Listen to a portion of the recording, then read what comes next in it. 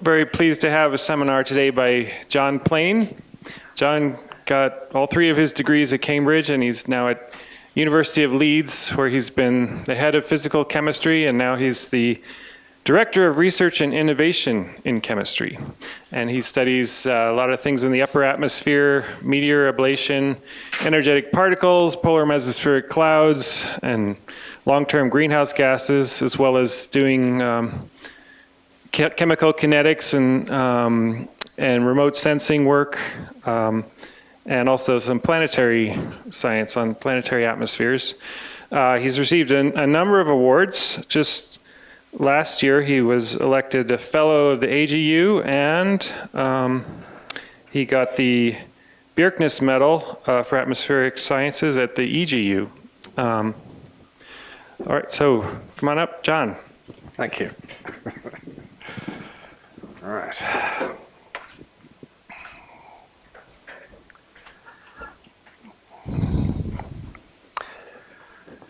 Right, well, it's a pleasure to be here, spend 10 days working with various people, and also to talk about my favorite subject, which is cosmic dust. And most of this talk will be on the terrestrial atmosphere, but the last third or so I'll slip in some work on Mars. And this all began because we began to worry what is the size of the cosmic dust influx into the Earth's atmosphere. And once you know what that is, then of course you can answer this question, does it matter? And when I started this project, the estimates ranged, as you see here, by 2 orders of magnitude. So that was a good problem to address. What is the real value? There should only be one correct answer to that. And I've worked with a very large team of collaborators. This is my people who in Leeds, and then a whole bunch of international collaborators, several of whom are in this institution here or in LASP. And we've attempted to answer this question. So just by way of introduction, where does cosmic dust come from? When a solar system forms, and this ALMA telescope in Chile recorded the first observations of a new solar system, HL Tau. So here is the new sun. Around it is this disk, circumstellar disk, and you can see these tracks here where new planets are formed and basically hoovered up all the dust in the orbit. And eventually the planets form and dust is left over in between them. In our solar system, we have residual material here in the asteroid belt between Mars and Jupiter. And then we have a lot of objects right outside the orbit of Neptune here in the Kuiper belt. And comets are the main source of dust that comes into our atmosphere, so I'll mainly be talking about them. Jupiter family comets are icy objects that are captured out here by the enormous gravitational attraction of Jupiter, and then they end up in rather short period orbits in the inner solar system here, coming into the inner solar system every few years. There are then these longer period comets out here, like Halley's Comet, that come into the inner solar system on timescales of decades to centuries. And then, if you go even further out, so there's the Kuiper belt, there's the sun, obviously. If you now shrink down even more, you then find there are these objects out here in the so-called Oort cloud, which is basically moving into the next star in our galaxy. And these are comets that have very long periods if they do come into the solar system, or they may just come in once. And at the end, I'll be talking about a comet that almost hit Mars 4 years ago, and that's an example of a comet that will only come into our solar system once, according to the astronomers. So a comet, and this everyone I'm sure recognizes, is 67P. That was the target of the Rosetta mission.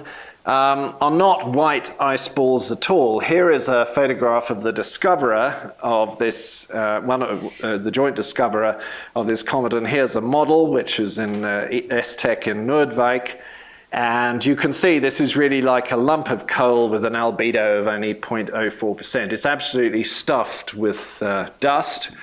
And here is a nice comet, picture of a comet showing the dust being spewed out by these jets of water and CO2 and so on as the comet orbits close to the sun and warms up. So the dust then finds its way into a planetary atmosphere, and on the Earth, this is the well-known temperature profile here just to set the scene. Ablation on the Earth appears or occurs around here between 80 and about 100 kilometers mainly. On Mars is a bit lower. What governs where ablation occurs is an atmospheric pressure of about a microbar, because for a dust particle flying into an atmosphere, it needs to hit a certain number of air molecules, transfer energy, warm it up to the temperature where the silicate minerals essentially melt. Venus a bit higher simply because the 1 microbar level is higher on Venus, and in Titan it's 500 kilometers because Titan has an enormous scale height because its mass is so low. So what do the estimates of the metals coming into our atmosphere look like? Well, this is the input rate of sodium in global tons per day. And here are the different estimates of it. And you can see this doesn't look too great. This is the estimate you get from WACCM, the NCAR model down here, and we then have an estimate produced from high-performance large aperture radar observations. This is an astronomical dust model, and here is a measured flux done at Table Mountain near here by lidar. So there's a tenfold disagreement. If you go to the amount of iron coming in, then you see it's much, much worse. The reason that there's this big bar here is that this is the amount of cosmic iron that apparently is ending up in polar ice cores. And I'll talk about the problem with that later. Let's ignore that for now. The rest of these, as you can see, look pretty similar. WACCM can only sustain a very small input before it overloads in comparison to what is observed in the atmosphere. The lidar flux and the astronomical model are much bigger. And the project that I had funded by the European Research Council essentially looked at the production of these interplanetary dust particles in the solar system, how they ablate, form metal layers, compounds, meteoric smoke. I'll define all these things in a minute. How they affect stratospheric acids, cause freezing in the Young layer to make polar stratospheric clouds, and deposit at the surface where they could be involved in ion fertilization. So that was the sort of science scheme.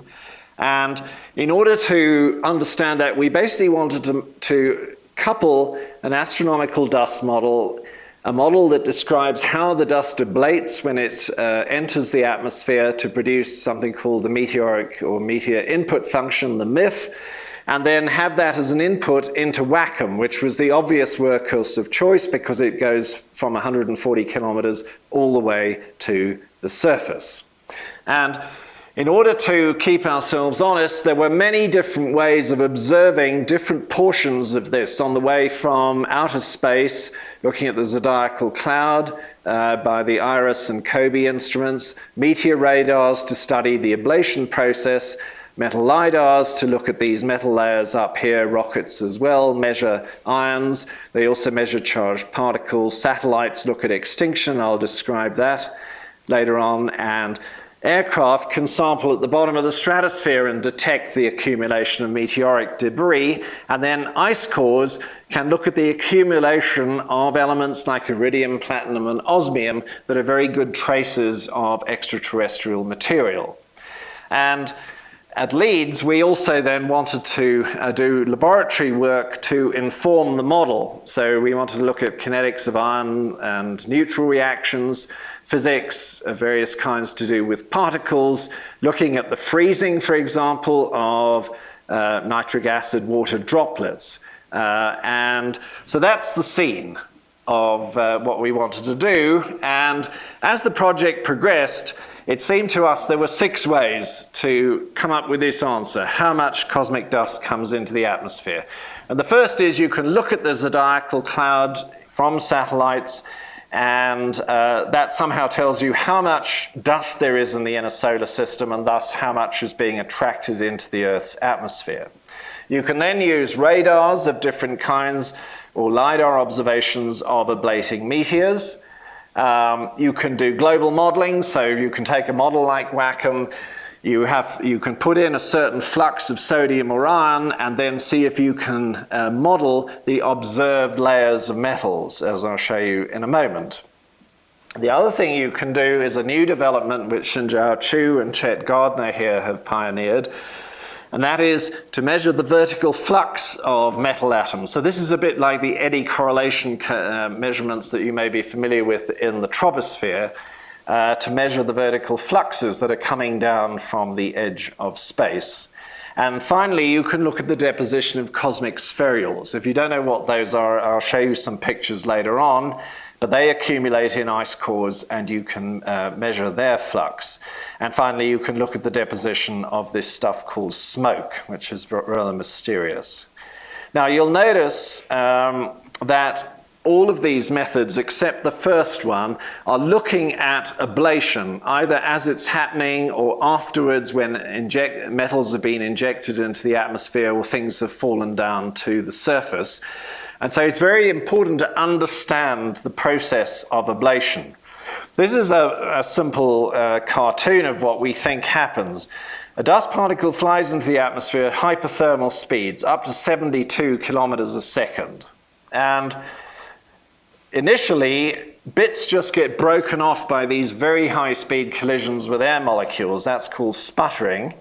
But the particle warms up, and if it cannot cool down by radiation, it will reach the melting point around 1700 Kelvin, and the volatile elements, sodium and potassium, will evaporate. It'll then continue to heat because there's so little of the alkalis that can't keep the particle cool. Get to 2000 and out will come the main constituents, iron, magnesium and silicon. And finally, the residue, if it can reach about 2400 Kelvin, will lose the cat elements, calcium, aluminium and titanium. So these are the very, very refractory elements. If it survives all of this, then this molten droplet will solidify very quickly and make a spherule, a cosmic spherule.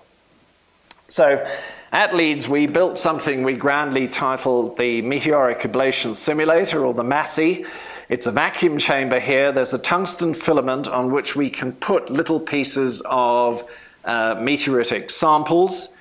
This is flash heated using computer control to simulate the actual temperature profile over 2 or 3 seconds that a particle will be heated up to about 2800 Kelvin if it's flying in at high speed. That's all governed by a fast feedback pyrometer here. And then we have 2 lasers running at 200 hertz. These are dye lasers tuned to look at sodium evaporation and, say, nickel or iron or magnesium or calcium. And this movie here shows how this... What you'll see here is the tungsten filament here. It's heating up, getting white hot, and they're the little particles that melt and evaporate. You'll have noticed that they actually run down the length of the ribbon. That's a process called electromigration. We imagine they'd fall off, but they actually are attracted to the anode of the tungsten filament and run down it, which was very convenient. So here's some very recent work we've done looking at nickel. Nickel's a very interesting cosmic element because it's not in the silicate phase in in meteorites. It's in a pure iron nickel phase. So this just shows you an example where we take particles of different sizes and we heat them according to whether they're entering at 14, 17 or 21 kilometers a second. There are the temperature profiles, and obviously the bigger they are, the faster they are, the temperature profile is getting bigger and bigger. So here the thing is heated up to 2800 almost. And the yellow is the sodium, so there are many different experiments that are superimposed on here. Brown is nickel, and you see if you have a small particle traveling slowly, nothing happens.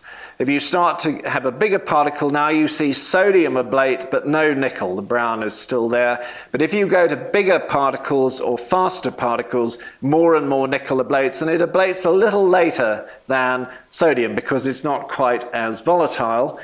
The dashed line on here is our what we call the chemical ablation model, CAB mod, and that's then used in all the subsequent work that I'll be talking about. So this is where we test it out and refine it if necessary, and this is a new two-phase version of the model where we have iron nickel grains and silicate, and you see sodium is always evaporating before nickel.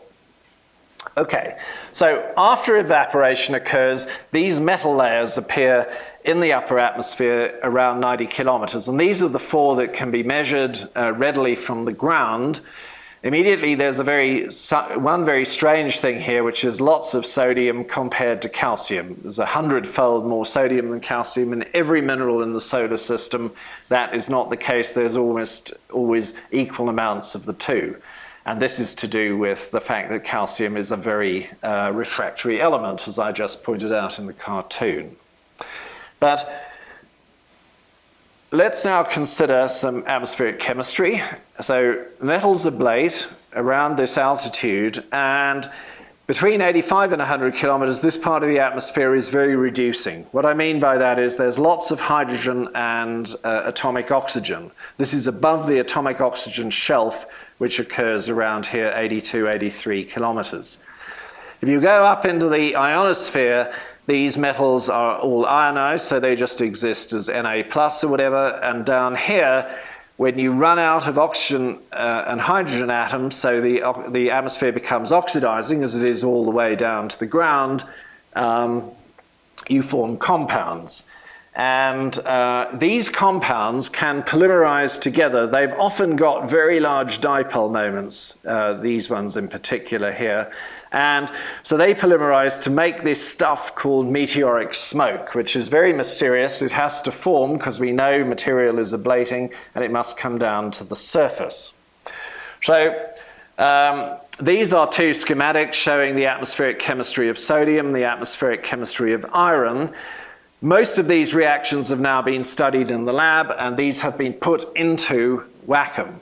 And you see up here you have a bunch of ions, and then you have the metal layers themselves, and then below that you generate these neutral compounds, things like this bicarbonate, or in the case of iron, the hydroxide are the reservoir species which polymerize to make various minerals. And as part of the project, we developed some new tools for looking at laboratory kinetics. One of them is this machine here. This is a fast flow tube, which is a very conventional system, but at the end, we've interfaced it to a time of flight mass spectrometer, and we use vacuum ultraviolet pulsed radiation to ionize species, soft ionization. So this is a YAG, which is first of all trebled and then goes through an inert gas, a xenon cell here, to make light corresponding to 10.5 eV. So you can ionize most molecules, and the rest of this is simply a fast flow tube with an injector here to put in reagents. We also went back to a system that was developed actually here by Ferguson and Faisenfeld many decades ago, but nobody had really ever studied the recombination of metallic ions, molecular ions with electrons. And these are very important processes, of course, for getting from ions back to neutrals. So this is basically a system here where we discharge helium, add some argon, and this produces electrons which flow down here. We measure them with a Langmuir probe.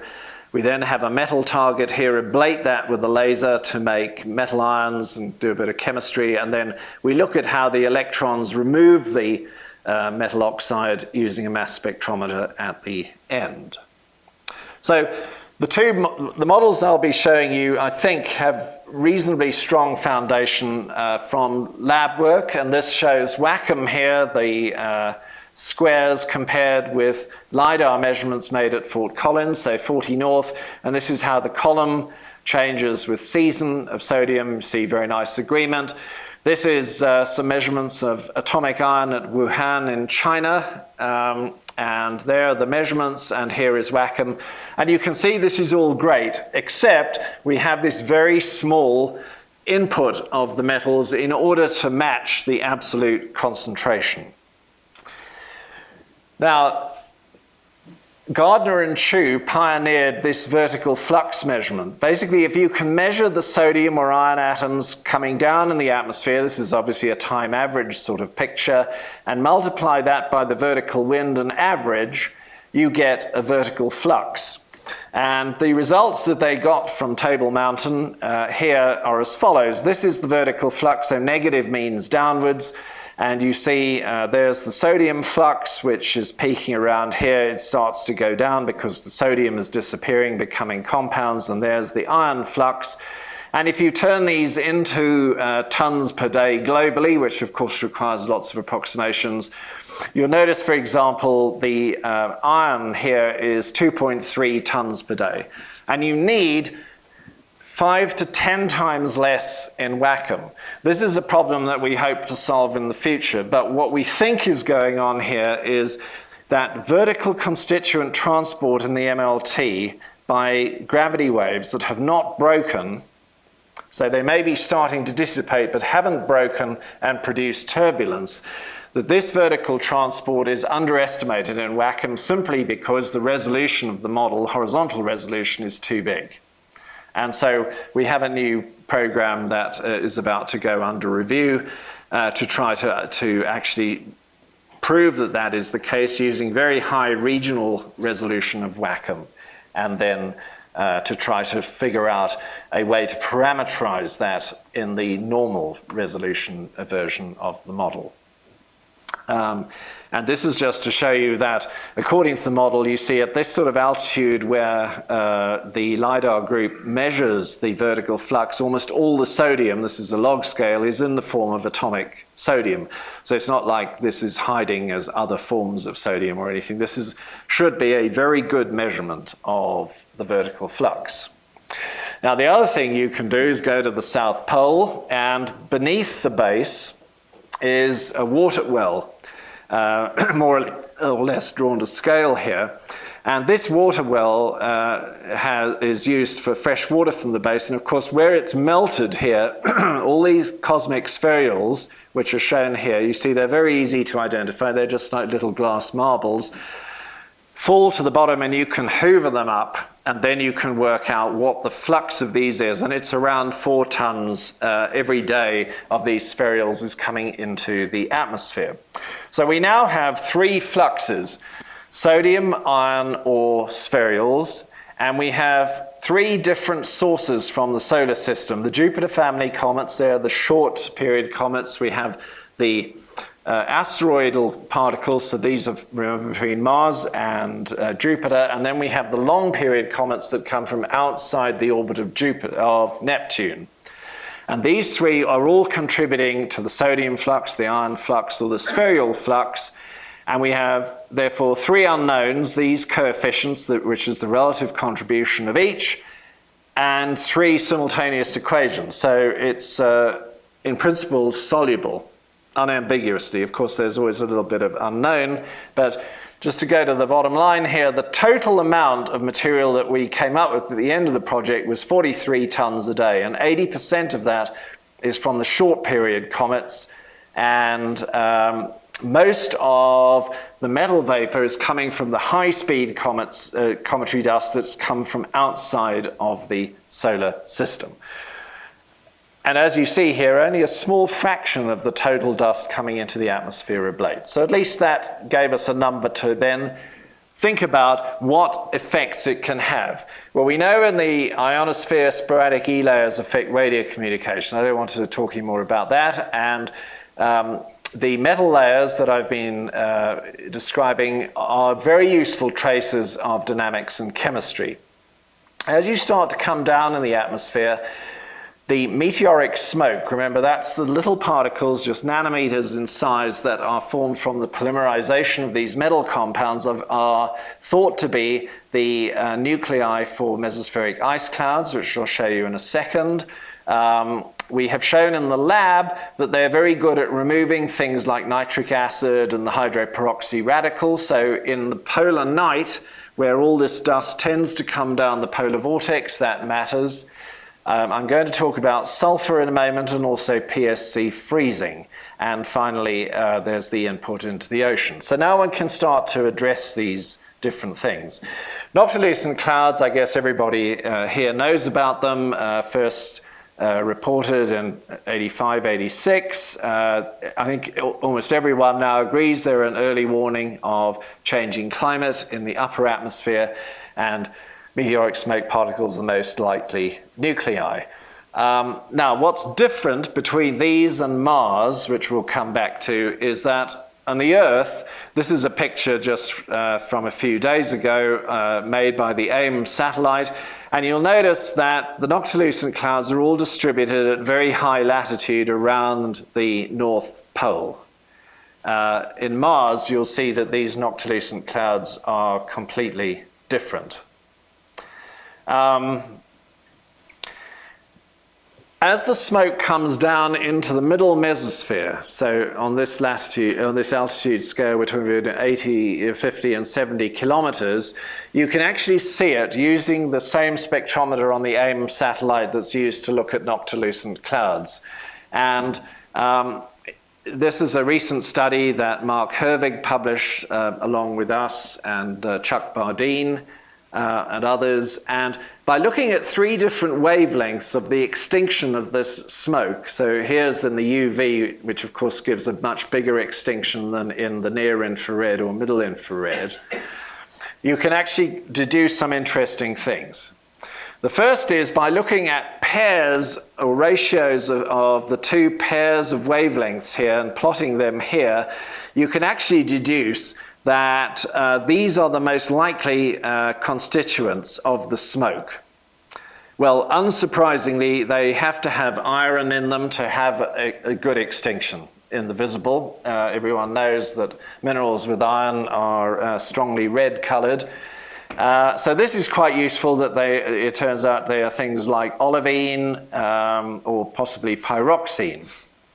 Now, the next thing you can do is use WACCM to deduce how much material is coming into the atmosphere. So there, the black line on here is the satellite measurement of extinction down through the mesosphere. And plotted on here are WACCM runs with different amounts of material ablating. And basically there's a linear relationship between the smoke density and the optical influx, the meteoric influx that you have. And the bottom line here is that the amount of iron that has to come into the atmosphere every day is nearly 2 tons. And that is very similar to the measurement made at Table Mountain using the iron and sodium lidar. And in this study, we deduced a total input of dust of 80 plus minus 18 tons a day. So that is becoming a more robust number. Let's now think about the sulfur that comes into the atmosphere. This is a model of sulfur that we used in WACCM. Obviously, most of this is already in the model. The sources of sulfur at the surface, I'm sure everyone knows, are DMS, OCS, SO2 from these sources here, including ourselves. And we put in some ion molecule chemistry of sulfur up there. And then we're interested in, what is the contribution from space to SO2 and sulfuric acid. So let's have a look at that. Rocket-borne measurements of the SO plus ion show that up here are the measurements here in 2 different seasons, the black lines here. And this is the WACCM model using a particular input of sulfur based on the number that I've just been showing you, the 43 tons per day, and the red line is where we reduce that by a factor of 3. So the amount of sulfur in the lower thermosphere seems to be also consistent with that. What happens in the atmosphere proper? So in the mesosphere, what these 4 panels show are different seasons, the 4 different seasons, and the contours here are the percentage change of SO2 over when you don't include a cosmic input. And unsurprisingly, you see a huge increase in the mesosphere here. You'll notice that in the northern hemisphere winter, it comes right down here because of descent in the polar vortex, and then it reverses here in the southern hemisphere in June, July, and August, and at the equinoxes it's sort of evenly distributed. So there is a big impact in the upper mesosphere of sulfur from space. But even if you come into the stratosphere, which is what these 4 panels are showing here, so it's the same seasons as those, you'll see that cosmic sulfur is still making quite a big input into the polar stratosphere in the winter. And this is the southern winter here. Notice this is red now on this scale is 200%. Here it was 500%. So it's less important there, but it does still make a difference. And it even shows up in sulfuric acid. One sees up here in the upper stratosphere that the percentage increase of sulfuric acid is now more modest. It's only 20% because, of course, above the Young layer, there's a lot of evaporation of sulfuric acid from droplets, and so there's a strong source from the surface. But you do see, particularly at high latitudes, this impact from cosmic sulfur. Coming further down, we get to polar stratospheric clouds. This is a nice photograph of these nacreous or mother-of-pearl clouds. And a long-term sort of mystery, in a way, has been that these appear to freeze at much higher temperatures than you can explain in the lab. If you take concentrated nitric sulfuric acid mixtures and put them in the fridge or whatever, they don't freeze until much lower temperatures than 194 or so. And let's see if this will play. What I'm going to show you now is some recent work, which is the background to what I'll then show on the freezing bit. This is a video made from the group of Margaret Campbell Brown in University of Western Ontario. And forget about these stars here. This is a twin camera thing, a wide view which captures a meteor, and then a high resolution camera that is slave to it and switches onto it in order to look at the flight of the meteor. And what you can see here is this is clearly fragmenting into lots of little bits. These are stars, of course, going that way. Well, not of course they are. Those are not some meteor storm. And so what you might have are lots of fragments. If a particle comes into the atmosphere and the glue is not very strong that holds the minerals together, the glue can start to fail. The glue might be a sort of organic tar-like material, and that could fail at under 1,000 Kelvin. Indeed, Margaret's work seems to show that this happens at 700 to 800 Kelvin. And those fragments will then rain down into the atmosphere. Now, what that means is that Jupiter family comet particles smaller than 10 microns won't ablate, because they're entering relatively slowly and nothing will happen to them, as I showed you in the results from the Massey. There'll also be a lot of these fragments, so these can be a lot bigger than meteoric smoke now, up to a micron or so, and these will of course sediment very fast in the mesosphere down to the middle stratosphere and stop at the sort of altitude of the Young layer. By stop, I mean that their rate of descent becomes months rather than many meters a day. And so we then looked at this problem of freezing. So we've got two different sources of meteoric material in the lower stratosphere. One is ablation making metal vapor, which then forms meteoric smoke particles, and these are transported in the polar vortex. Because they're so small, they are transported by the residual circulation in the mesosphere. And then you have these exploding fragmentation here, which produces bigger fragments, and these will sediment directly down into the lower stratosphere. So in conjunction with Ben Murray at Leeds, we looked at how how these different types of particles freeze concentrated, this is 40% by weight, nitric acid solutions. So these are droplets that are put onto this slide here, and they are then cooled, and the video records when they start to freeze. So you can see here that some of these particles have frozen and others are in the process of doing so.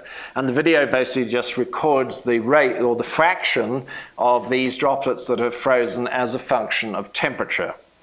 And we looked at various materials. We know from work we've done in the lab making photochemical, it's a photochemical method to make meteoric smoke particles, that they form these very fractal-like aggregates. This is a micrograph of them. And this is quite similar to fumed silica, which is a material you can buy. Soot also makes these sorts of aggregates. And then we also took little pieces of micrometeorites of various kinds. And so the experimental result is the fraction that have frozen, starting off with none frozen, then you go up to all of them frozen here. And if you take a pure nitric acid water solution, you see you don't see anything freezing above 190 Kelvin. And you don't get everything frozen until down here approaching sort of 183. And this is much lower in temperature than is observed in the winter stratosphere.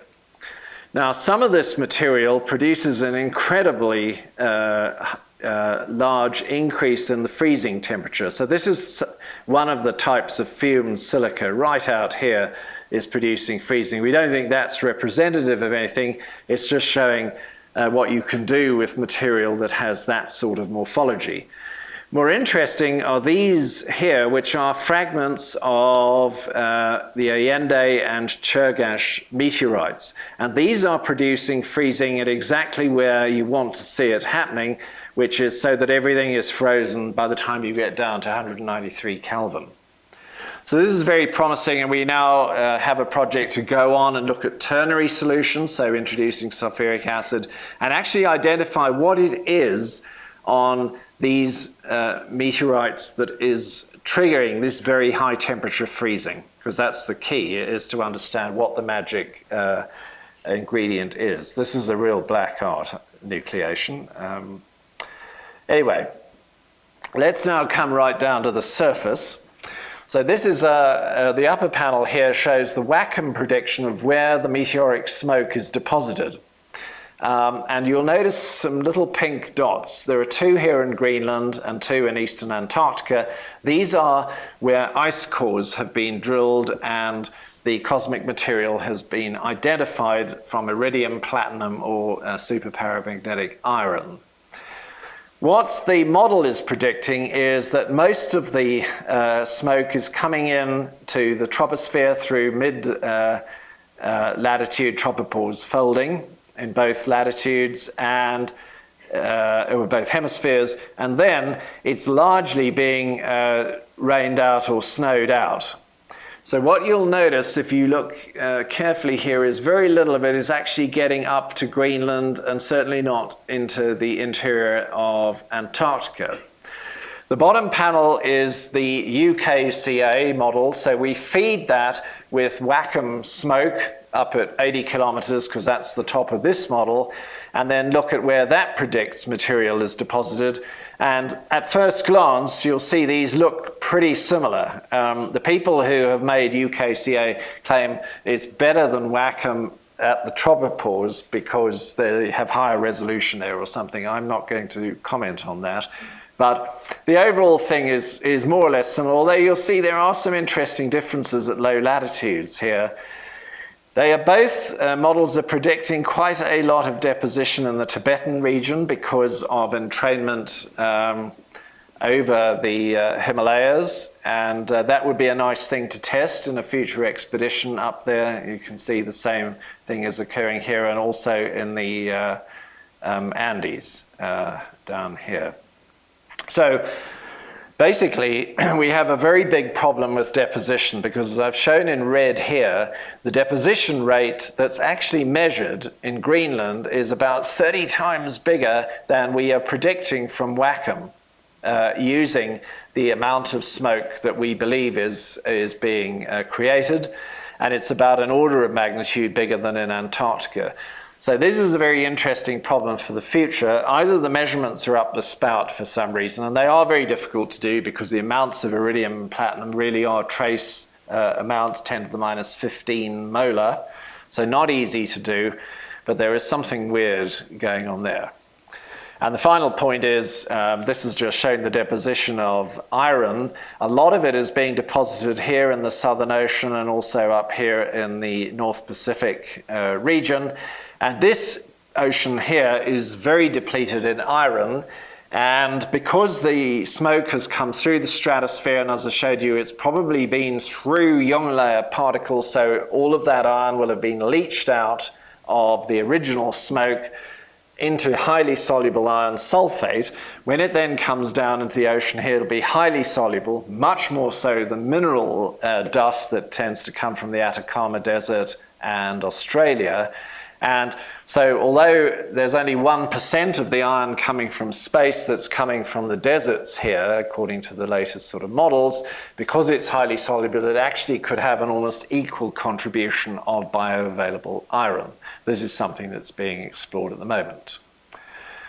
Okay, so to finish, let's move to another nearby planet. And this spacecraft, MAVEN, was sent to Mars in 2014. And by great good fortune, comet siding Spring, which was an Oort cloud comet, came into the inner solar system, and initially it was thought it would actually collide with the planet here on October the 19th. This is another picture here. The inset here is showing the invariant plane of the solar system, and you can see from the trajectory of the comet, this is an Oort cloud comet. It's come from outside the solar system. It's not in the plane where everything else is. And on board MAVEN is something called the imaging UV spectrograph, which was able to capture emission over, I mean, this is a composite of various scans here as it's orbiting along. It can make scans from around 60 up to nearly 200 kilometers in one shot. And it's a very nice instrument, which goes well into the vacuum ultraviolet. That's not the subject I want to talk about today. This is an IUVS spectrum in the near ultraviolet, and these are the sort of CO2 Cameron bands and various other things. So this is the standard sort of day glow emission that you see from Mars. NASA decided not to risk the spacecraft immediately after the comet approached, so it kind of made sure it was behind the planet. But afterwards, the very first spectra showed something incredibly different. If I just flick between these two, you can see this enormous peak of magnesium ions has appeared, neutral magnesium and Fe and Fe+. And this is really the first time that metals have been seen in another planetary atmosphere directly. So it's very exciting. And recently we have published a revised paper, or an updated paper I should say, using a model of magnesium in the Mars atmosphere that I'll talk about in a second. But the thing about a comet is that the dust all enters at the same velocity. In this case, it's a very high velocity, 56 kilometers a second. So the ablation is way up here, around 110 kilometers or nearly 125 kilometers in the case of sodium. You'll see the background in a moment is down at 80 kilometers, which I mentioned earlier is where the pressure is a microbar. So we inject all these metals up at this altitude, and IUVS made these measurements of the magnesium ion layer, neutral, and the same for iron. And this is a 1D model of mine, which you see agrees extremely well. That's because I've tuned the input of magnesium ions or magnesium to match this profile, because there was that a huge signal, which is apart from problems maybe with optical saturation, is a really good signal to latch onto. So not bad in terms of altitude. There are some problems here. These are very difficult retrievals to make for various spectroscopic reasons. So that's looking fine. Now, interestingly, if you look at the results of the 1D model, so this is altitude here against time. These are hours after the dust impact on the atmosphere. You'll see that the ions are predicted, although they're injected down here, to very quickly move right up to 200 kilometers. The neutrals, of course, don't up here, because any neutral that gets up here is going to be converted to an ion. And the same thing with Fe+. So how does that look? Well, the model actually didn't do too badly for a 1D model, because this is 4.5 hours after the dust is deposited. There's the observation. The broken line is the model. And only 4.5 hours later, you see this huge, very rapid transport of ions upwards. I mean, it's ambipolar diffusion in action. And that matches quite well. At later times in subsequent orbits, the match is not so good, but that's not surprising given it's a 1D model. This needs to be looked at properly in the future. If you had been a Martian on the surface and there had not been a dust storm in progress, two conditions which sadly were not met on this occasion, you would have seen up to maybe 120 visible shooting stars every second. I mean, it would have been absolutely fantastic. And this was seen over the US in 1833. There were thousands of shooting stars seen in the Great Leonid Storm.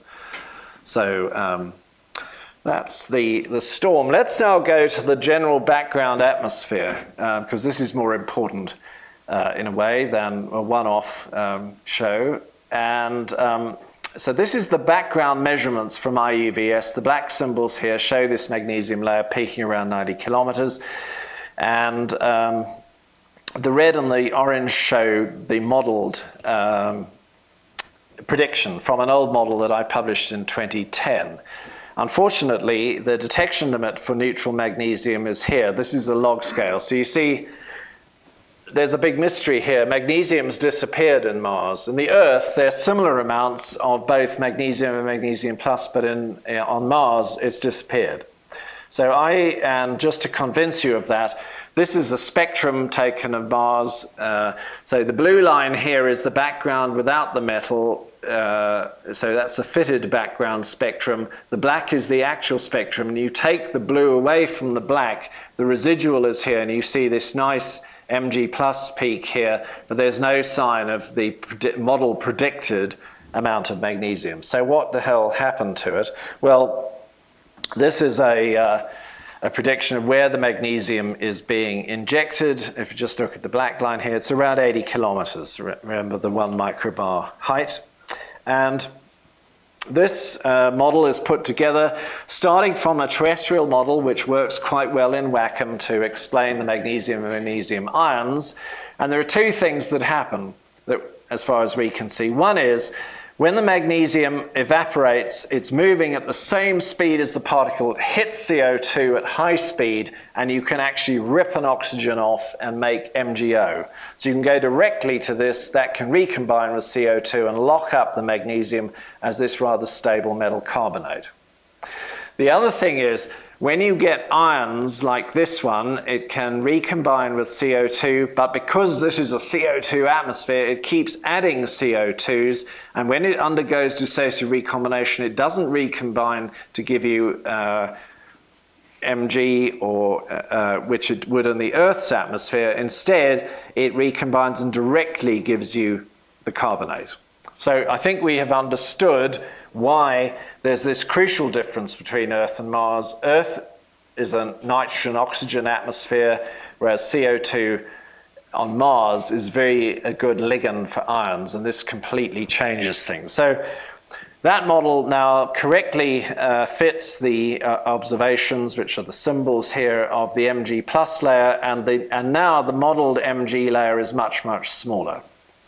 So now let's think about the impacts in the Mars atmosphere. And the first observations of clouds, of upper atmosphere clouds or mesospheric clouds on Mars were made from the ground.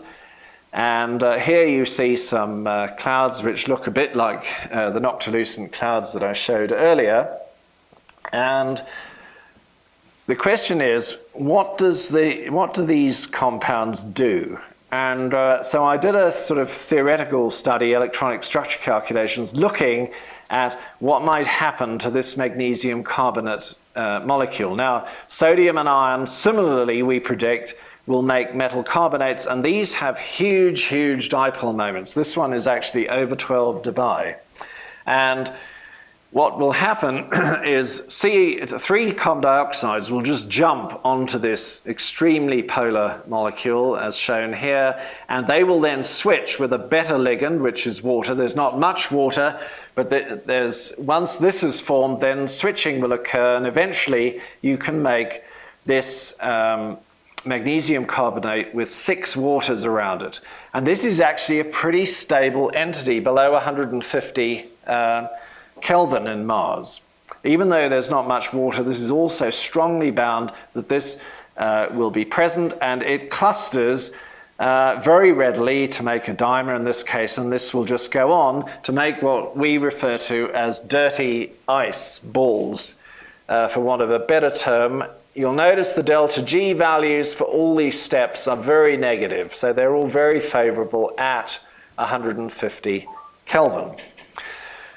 This is a movie made by Annie Martinen's group in Paris using the LMD model to predict where these clouds will occur using these dirty ice balls. So that's supplied as input from my 1D model.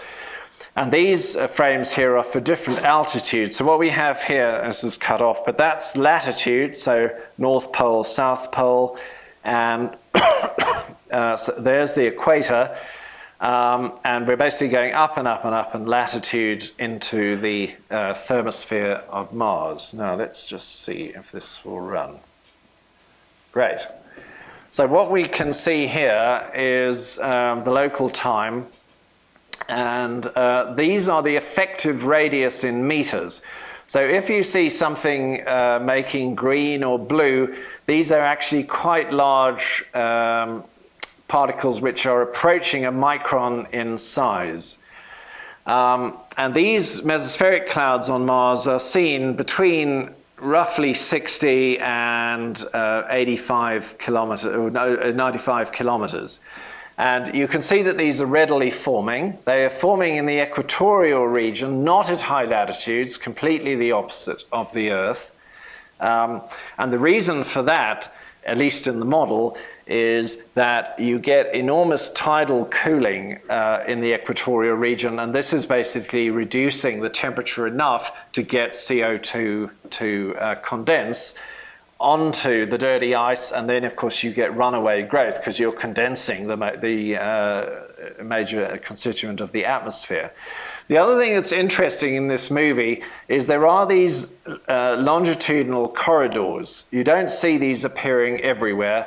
There certainly seems to be a sort of wave 3, a hint of some wave 3 morphology in this. And if we now move on to look at what the LMD predicts, well, I'll just first of all pose another interesting problem for Mars.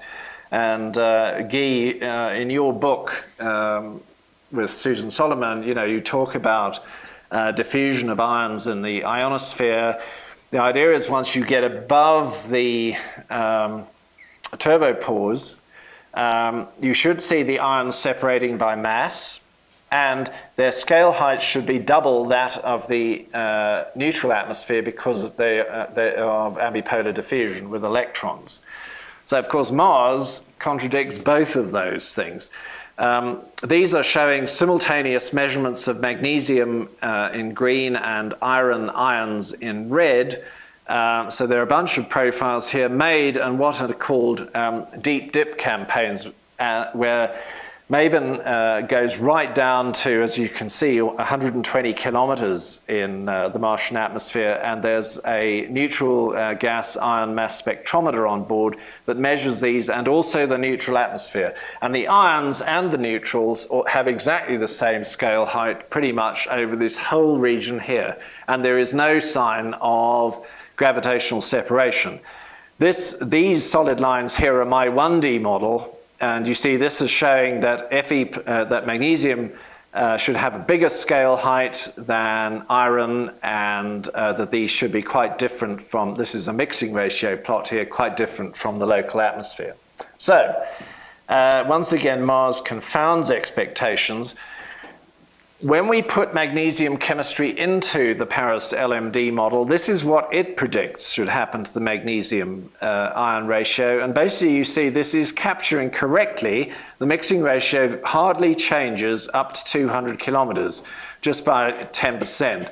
Whereas in a 1D model, using the conventional understanding, it's a factor of 6. Well, this is not such an incredible mystery. What's going on here is that there is enormous turbulent mixing all the way up here because gravity waves are punching way up to 150 kilometers. So the real turbo pause on Mars is up here. It's not down here as has been assumed. So this is a very nice demonstration of that. Now let's look at the magnesium ions. Remember, these are the one thing we can measure all the time with MAVEN. And what I'm showing you here is, at the top is O2+. So this is the main molecular ion in the Martian atmosphere. And it peaks just above 110 kilometers. And this patch that's moving in this direction, this is just following the sun. This is the ions that are produced in the daytime, initially by photoionization of CO2. And the CO2 plus very rapidly turns into O2 plus. So that's exactly what you would expect. Now let's look at the magnesium ions. And you do not see a nice ball of magnesium plus tracking the sun. In fact, what you see is, again, this hint of a sort of wave 3 or something going on here, a non-migrating tide perhaps. Very different from that. And this is actually backed up by the satellite observations as far as we can tell. If you now look instead of vertically, horizontally, this is now latitude against longitude. And here's the magnesium ions at the peak of the layer, which is very close to 90 kilometers. And this is in northern hemisphere summer. So there's actually a paucity of ions in the equatorial region and much more at high latitudes. This, again, is due to circulation. Dynamics really seems to be the key to understanding Mars. The mixing ratio here still shows this rather small amount here. This is in agreement with what's measured in MAVEN. And then this appears to be, well, there is predicted to be a huge mixing ratio in the very high latitude because this is the winter and you have a very high, a very low density in the polar night at 88 kilometers. So, to finish, here are some conclusions. This is the number that it took us 5 years to come up with, and we hope it'll stand the test of some time anyway. Most of it is, the dust we think is coming from these short period comets here. Meteoric ablation explains a lot, the relative ratios of calcium and iron and magnesium to sodium and so on. This is a big problem for the future. We believe or challenge for the future is how to describe vertical transport due to small unresolved gravity waves. I've shown you how MSPs play an important role in stratospheric aerosols according to the lab, particularly because of PSC freezing. This link between cosmic ion and climate is a nice thing to explore in the future. One interesting thing is you can get all this accumulation of smoke on polar ice during the polar night, and then the sea ice melts during the summer, so you suddenly get a spike of this iron going into the ocean, and the effect of that on biology is something to determine.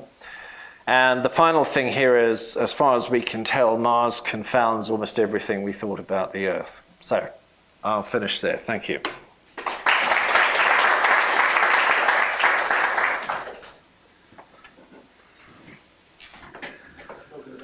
Questions? I'll start with one. I see the number 43, and I just remembered earlier you said something about 18, and I missed how it went up to 43. Is that based on observations or modeling? The 43 is what we got from fitting these vertical fluxes of the metal atoms and the cosmic spherules at the surface. Yeah, so it's gone. I mean, then we got a number of 30 from Mark Herwig's work looking at the optical extinction. The SO plus ions in the thermosphere are consistent with a number of 43. So Okay. it's not consistent with WACCM, not consistent with the ice cores, or in fact with high performance radars. So it's not a closed question yet. Mm-hmm. So coming back to point number 4, wave-driven vertical transport is very important, Yeah. the mesosphere. You showed at one point a flux calculated as the concentration times W, Yes. and you said it doesn't work if you take that expression. Now, W has a strong seasonal variation. I mean, Yes. it's clearly going upward Yeah. in the summer, downwards in the winter. And so we know from every, even 2D model, that if you don't have an eddy diffusion coefficient, you don't get things right. For That's anything. right, yes. So doesn't WACCM has that included, that, you know, some kind of eddy diffusion, molecular diffusion higher up, Yeah. that would produce this flux better than just by considering W times the concentration? Yes, sorry, the W here is the instantaneous wind. So of course that's varying all the time. So when you So multiply, it's not the mean. Correct.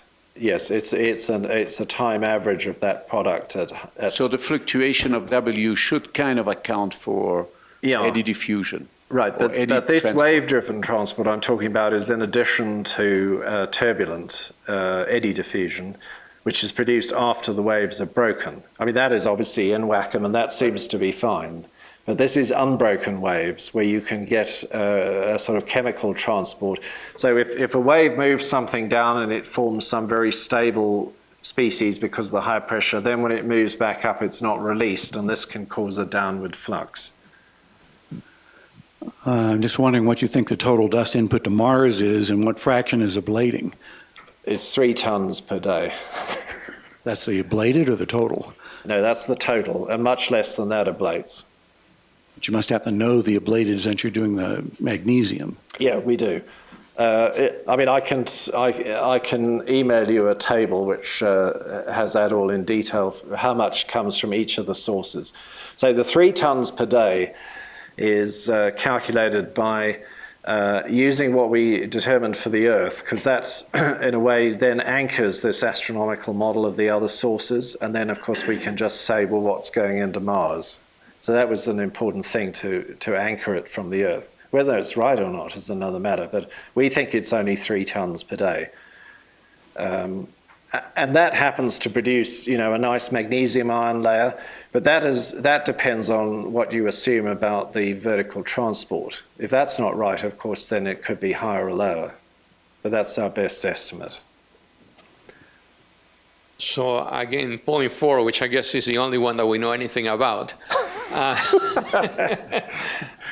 Do you have too little vertical transport? Is that the Yes. problem in WACCM right now? Correct. And what you are saying is that the eddy diffusivity that comes out of the parameterization is just simply not enough. And perhaps the reason for that is that the only thing that is accounted for there is diffusivity during breaking events. But in fact, if you have a non-breaking coherent wave and it is transporting something which has a chemical lifetime that varies over the trajectory, you should get some kind of eddy flux divergence that is chemical eddy transport. Yeah. And you guys have not parameterized that yet in the model?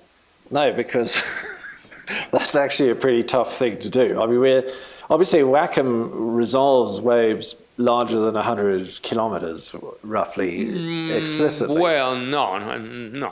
I mean, even with the 1 degree model, I mean, 1 degree model in principle will resolve a 200-kilometer wave, but you really, those waves are not well represented because you have hyperdiffusion, Lehman root scheme is diffusive. So I would say 1,000 kilometers is what you can resolve probably explicitly well represented.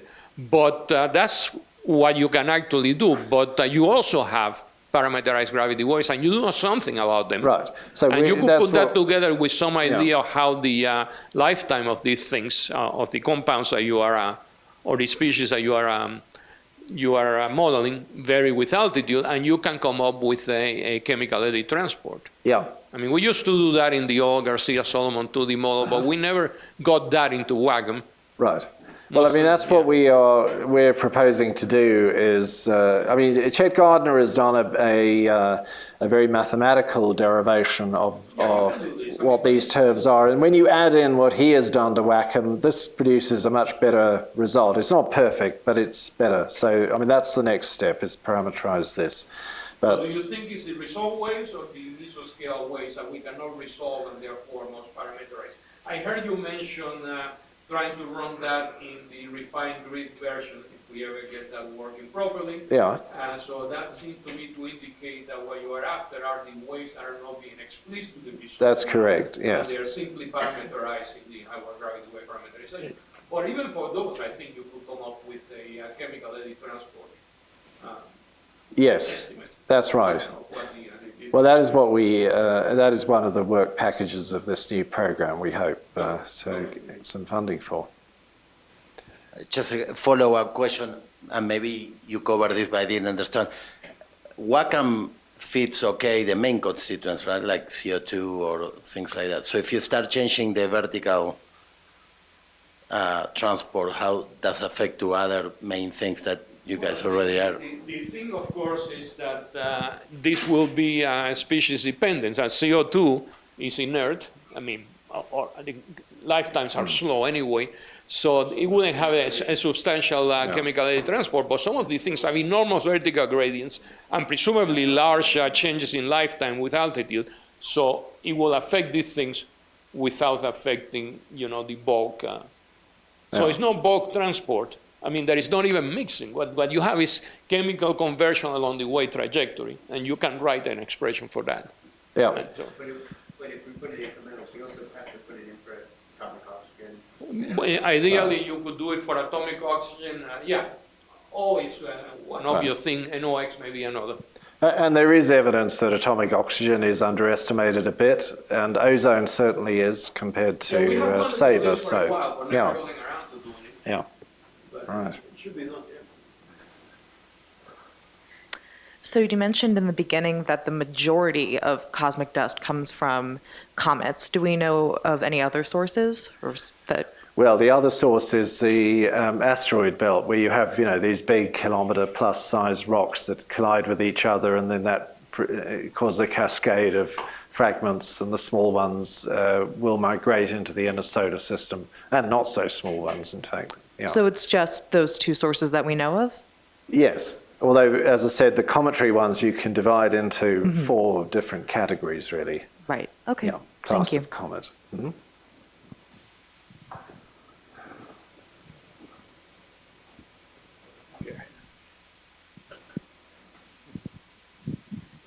John, very nice to see you have evolved from that iron sodium flux. We predicted 150 ton per day, now to 43 ton per day. Could you go back to that table?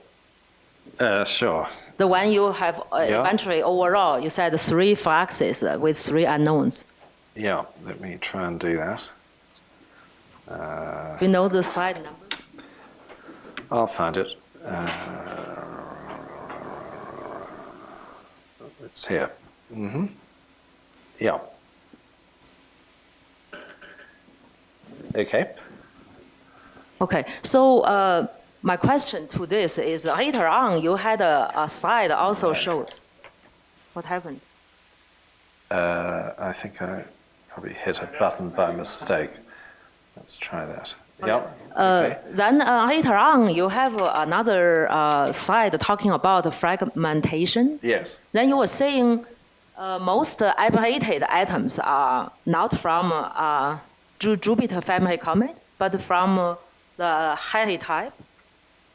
Yes, I mean, but that you can see here. If you look at ablated atoms, most of them are coming from long period comets. And this is the amount from Jupiter family. But if in fact fragmentation of these is very important, then of course it would be less. I mean, this is all stuff to... We are doing a project in the lab right now looking at the organic glue that holds these meteorites together. I mean, that's an interesting question in itself. How do you make new planetismals in a solar system? How do you get dust to stick together and make a planet? It's not obvious. So I have another question. When during meteor ablation, I noticed in your 2015 paper, you begin to have ablation, goes to neutral Fe, goes to Fe plus, right. goes to neutral sodium, and goes to Na plus. Yeah. Do we know the branching ratio? Yeah, I mean, we know approximately what it is from very old studies where neutral atoms were fired into a background gas of nitrogen and oxygen, and the ion probability was measured. So we have some information. It's not really very good. Do you know roughly what's the branching ratio for Fe plus, how much for Na plus? The reason I'm asking... It's very dependent on the velocity of the atom. So it's like 100% will be neutral if the atoms collides with an air molecule at 10 kilometers a second. It'll be almost 100% if it's 72 kilometers a second. It increases very rapidly. I mean, this is a source of great uncertainty in understanding radar measurements, where you're measuring electrons. Yeah, the reason I'm asking is because both the iron and the sodium lidar have been moved to McMurdo, and we got the first winter data back. The type layer, the thermosphere, ionosphere, Fe layer, is way more dense than I call it TINA layer, thermosphere, ionosphere, sodium layer. Yeah. So that's why I want to ask you about these. Yeah, thank you. Well, we should talk about that. Sorry. So, John, I think you said that the flux at Mars was 3 tons a day compared with 43 at the Earth. Yes. The size of Mars, the radius of Mars is about half that of the Earth, so its kind of cross-sectional area is about a quarter. So does that mean that it's a less dusty environment at Mars than yeah, and Earth? it's also got a lower gravitational pull. So gravity it is doesn't actually focus important. dust So gravity is well important. either. It's not just the cross-sectional It's area. the two factors. That's why. Yeah, it's not so dusty at the top. It's very dusty at the bottom. All right, let's thank John once again. Right.